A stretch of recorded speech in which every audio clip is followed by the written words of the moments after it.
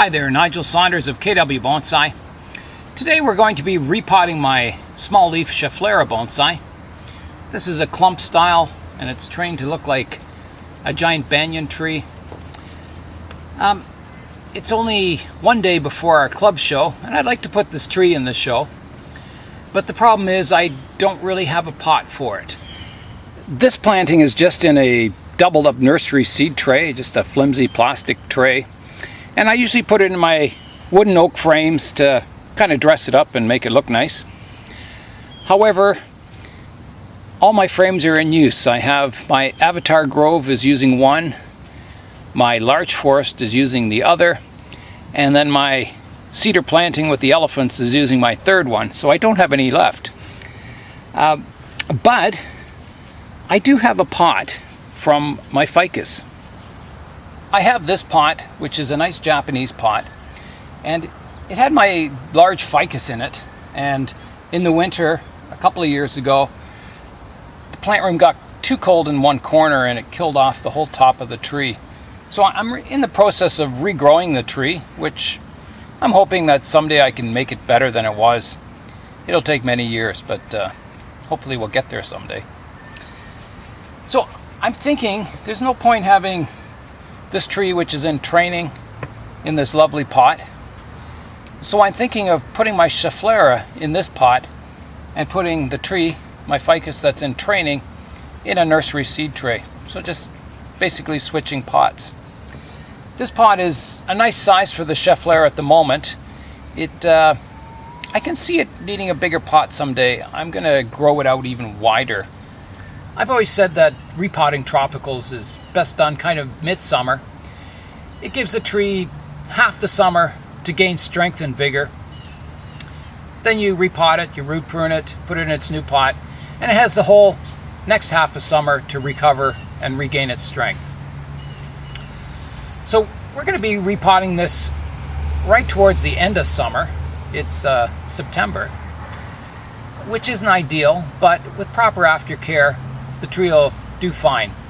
We've been getting some pretty warm weather lately. It's t-shirt weather in September, which is nice. I can always bring the tree in at night if the nighttime temperatures start getting too low. So I can kind of baby the tree and it'll survive the repotting quite nicely. My first step is going to be getting this tree out of the pot. So here we go. I'm going to try and grab it. There's a lot of aerial roots in here that I have to be very careful that I don't break off as I'm trying to lift the tree out. Here we go. Get my hand underneath here.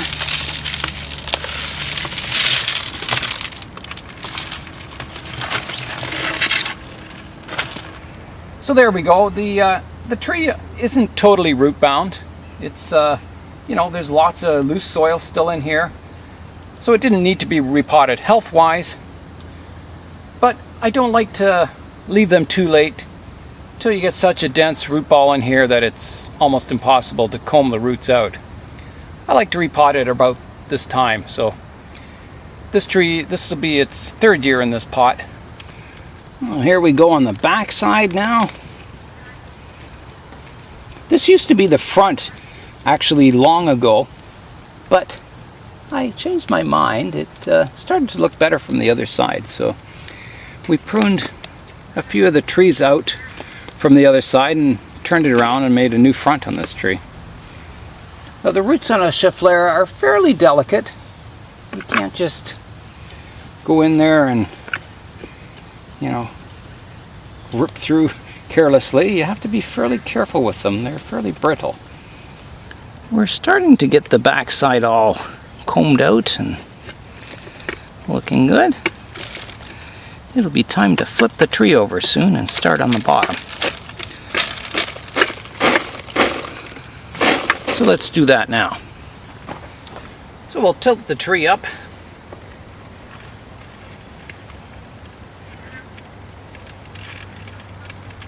Get rid of all our drainage screens.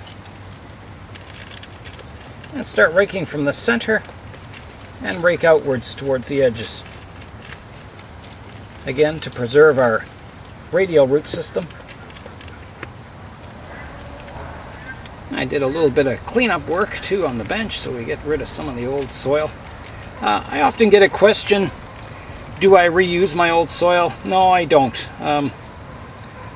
Soil isn't that expensive, so you never know what's in your soil, if there can be bad insects, bad fungus, or bad things in your soil. There's a lot of good things in old soil, but there can be bad things too.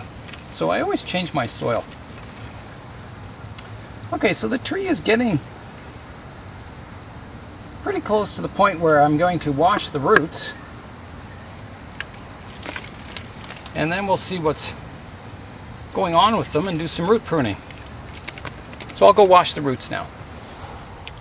I've got the root system washed out now, and now we're going to start combing out what we can. A lot of these roots are pretty thick. There's our aerial roots. You can see they have their own root system that will replant in the ground. There's a lot of crossing roots that will need untangling and pruning in here. Okay, the root system's combed out. Now we got to go in and start pruning. So the first thing we notice is that the roots aren't really that flat on the bottom. Let's have a look at the bottom first. So we'll tilt the tree up.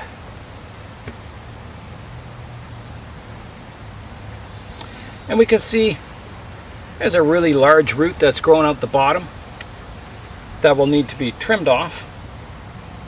So let's start with that. There's another one here that can go. One here.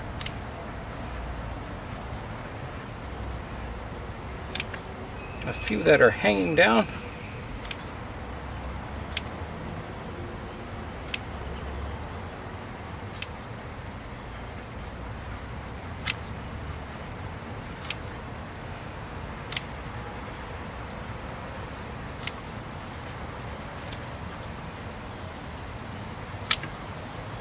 There's another big thick one out this side that can come off.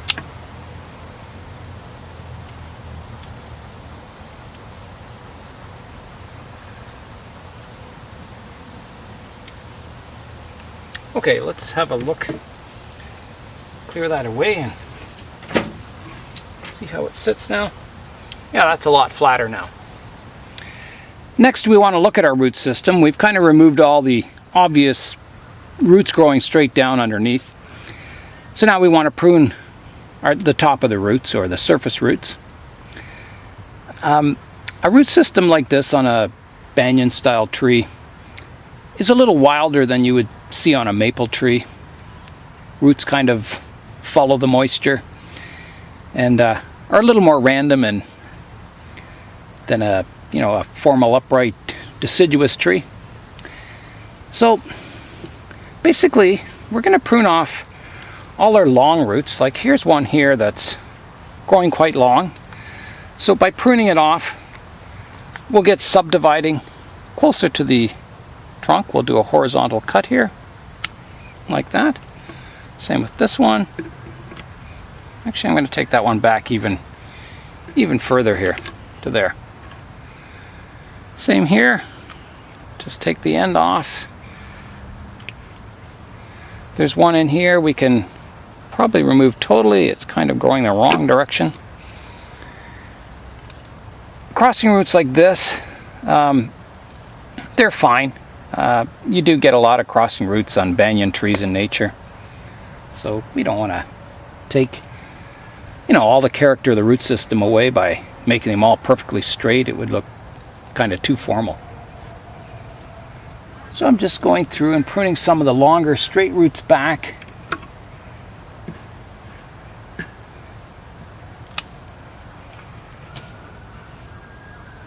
Some of the aerial roots are growing quite a root system by themselves. We're going to prune that one back. Let's rotate the tree around the back now.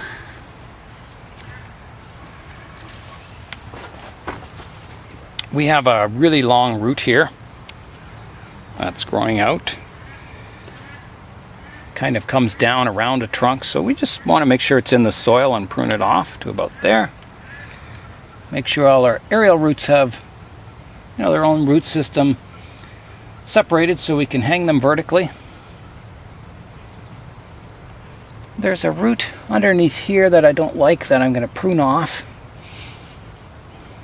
Right here. And just prune a few of these a little shorter. That's looking pretty good. There's one here I can do. I'm going to lift the ficus out of the pot now. I'm not going to spend any time on repotting this ficus because I'm basically just going to put it in the seed tray, fill it in with soil, and not really touch the roots at all. But let's get it out of the pot. There we go. Root system looks fine. So I'll get the pot all cleaned up. We'll get some drainage screens in the bottom, a thin layer of soil, and then we'll start positioning our Schefflera. I've got the front of the pot picked, so we're going to put the front of the tree over here.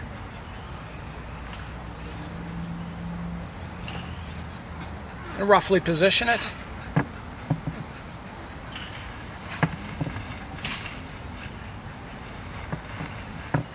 We'll see how that looks. Okay, so I'm back here looking at it. At the moment, it's sitting quite high in the pot. I may have to reduce my soil level in the pot down a bit to get it a little lower. The position in the pot isn't too bad. The tree's longer on this side. That branch extends out with its aerial roots. So we want to shift it to the left-hand side of the pot a bit, which it is. It's fitting in there not too badly. There's a few roots that may need pruning, so I'll lower it down a bit and prune a few of the roots and see how it looks then.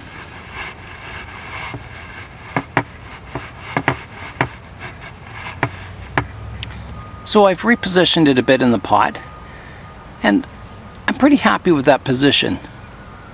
The tree's just slightly off center to compensate for that longer right-hand side. I think the planting angle's good. I think the rotation of the tree in the pot looks good. Like this looks like a good front.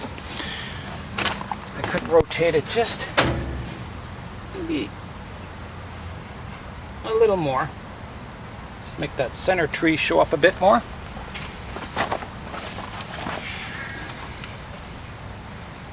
Yeah, the pot size looks good. It looks good. So the last thing we want to do is make sure all our aerial roots are hanging vertically. So let's go in and position those.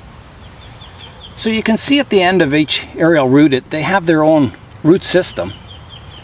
So we also want to make sure they're combed out in a radial pattern, because they will develop into nice surface roots someday.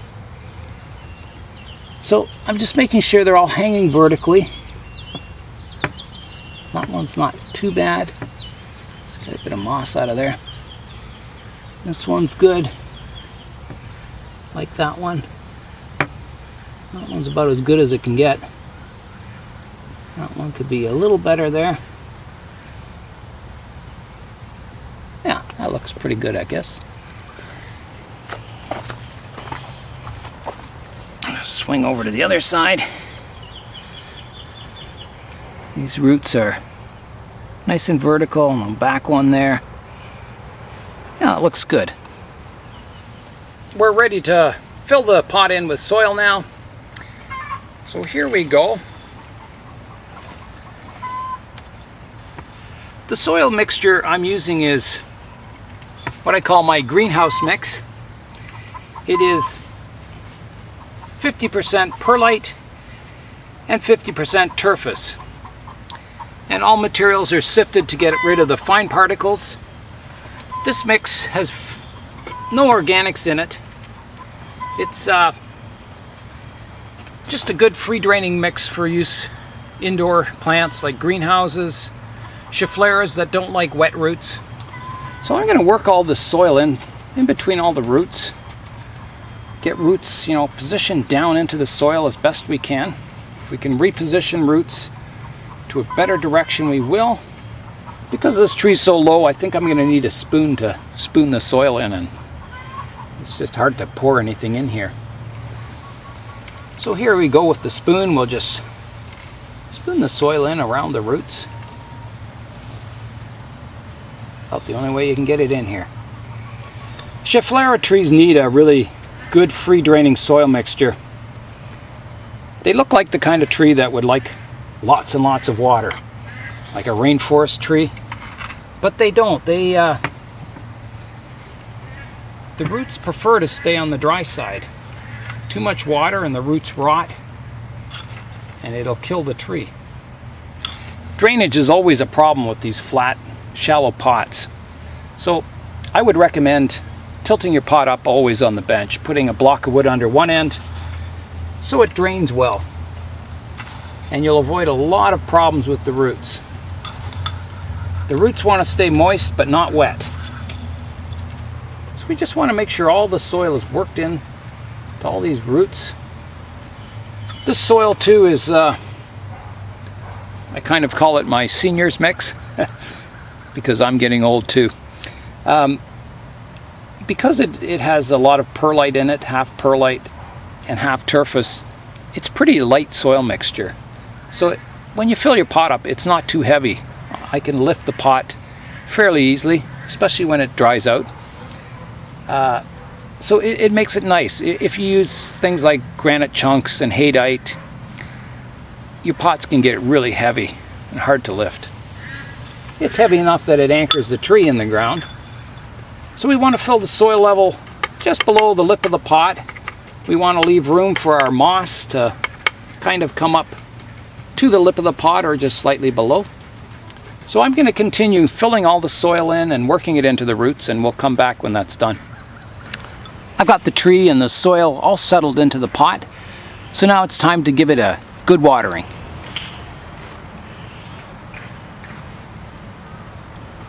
There we go, the tree's all watered and settled into its new pot and soil. So now we have to do some landscaping. We have to add moss to it and probably sand on the interior. I kind of want under the shade of the tree just to be plain with no moss, and then just the moss around the edges. We're going to begin our landscaping by just brushing away the soil from the center of the tree here. And we're going to put sand down because I think that'll give it a nice miniature look. I've looked at a lot of pictures of ficus trees like this. This isn't a ficus, but yeah, Banyan style ficus trees, and in the center here it always looks like sand. It's soil, but it's you know, sand will imitate that look very closely. So let's get our sand out now and apply it around the center of the tree. So we'll get our sand and we'll spread it all in here. Again, using more than we need. So it'll all kind of flow around the roots and cover up our bonsai soil with more of a miniature looking ground cover. The sand doesn't bother the bonsai soil as far as watering or anything. It actually tends to suck moisture out of the soil and up to the surface, which is good because it helps keep your soil a little drier so you don't get root rot. That's what I found anyway. After we water this, we will have to pick out a lot of perlite that is kind of at the surface, but that's okay, we'll do that. So we want enough sand that we just want like a ring of moss around the outside where it would get sunlight to simulate grass growing nearby the tree. That should be enough. I'm going to go around the back and the sides now. I've got our sand all the way around the tree now.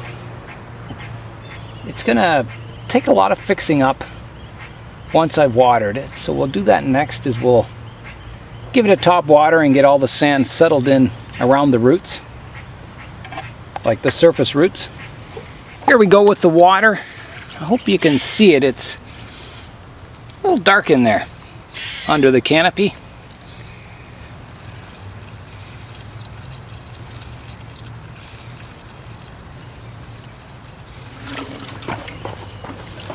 Just a little more over this side.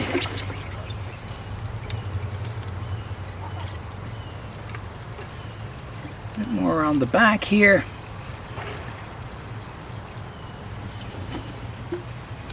We'll see how that looks. Might be a little high still. Not getting much of the surface roots showing really. I'll play around with it. I found the spray bottle works really well for moving the sand around, settling it in around the roots and moving it around so it's a little flatter, so it's not bunched up in the center there. I think I need a new spray bottle too. This one's starting to pack it in. Yeah, that's looking better. So we're going to have to pick out all these big chunks of perlite from the surface and clean it up. I'm raking out our top layer of the soil just so when we plant the moss it's even or slightly below the lip of the pot. I've got a little too much soil on here actually. I've got my soil surface down a bit, so it's all ready to put the moss on now. So let's go get some moss. I'm going to go out front and get it from the cracks in the sidewalk. So there's some nice moss growing there. And we'll come back and start putting our moss on. I've got some really nice green moss from out front. So we just need to wash off the soil layer from the back of the moss so it's nice and thin, and then we'll start applying it to the tree. I have the moss washed to a thin layer, so we're going to start placing it right out front here. We'll pick our nicest and greenest moss for the very front of the tree, and then the moss that's not quite as nice will go around the back of the tree because, you know, you might see it but not really. So that's a good height. It's just flush or slightly below the lip of the pot. If you have it mounding up at the edge of your pot, it just looks like your tree needs repotting. It looks like it's rising out of the soil. It's got too many roots. That's why I like to have it flush. You also want to be able to see the pot. You don't want to be hiding the lip of the pot with moss overhanging it. So there's our first patch planted. I'm going to continue on. We're not going to go too far under the tree, but we're going to go a little bit. After playing around for a bit, I've kind of got the look I'm after, the sand transitioning into the moss. So before I had the moss and it just ended and then the sand, and it was too dramatic a difference. So I put moss on top of the sand and kind of washed it into the moss, so it makes a gradual transition from, you know, a barren to lush. So I'm going to go around the rest of the tree and try and get that look all the way around. I finished applying the moss and the sand on, so yeah, I'm happy with the result. It looks pretty good, I think. It's the look I was after. Let's rotate the tree around and you can see how it looks on all angles.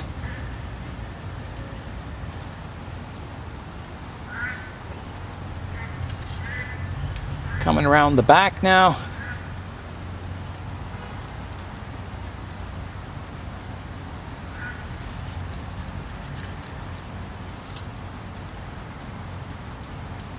Left side.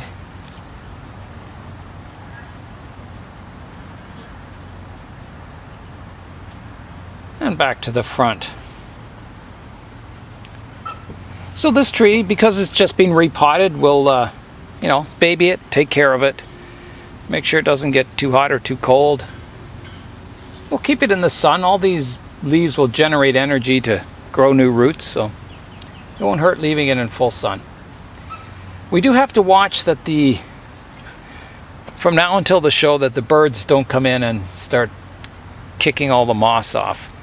That's been happening to some of my trees lately, is that blue jays come in and they land and they peck at the moss looking for worms and kick it off the surface of the pot. So all my trees that are going in the show, I've got them protected from birds. I've got some in the greenhouse. I put up some covers around some of them just to keep birds away from the moss. Hi everyone. I finished landscaping the Avatar Grove, kind of putting a little path in here.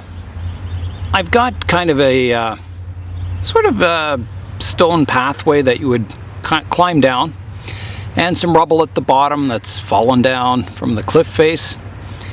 The path kind of leads you off to the left hand side, and up on this side we've got a rock I added and kind of put a lookout point, so you would kind of wander around the path and maybe come over on the rock and look down the mountain or the hill. So that's the landscaping for the 2016 Club Show and Open House for the Avatar Grove. Yeah, I like it. I think it adds a more miniature look to the forest. That's it for today. We've got our small leaf Schefflera planted, repotted, and ready for this show. So Nigel Saunders of KW Bonsai. Ask yourself, what do you do that's green? And let me know. Thanks for watching, and we'll see you next time.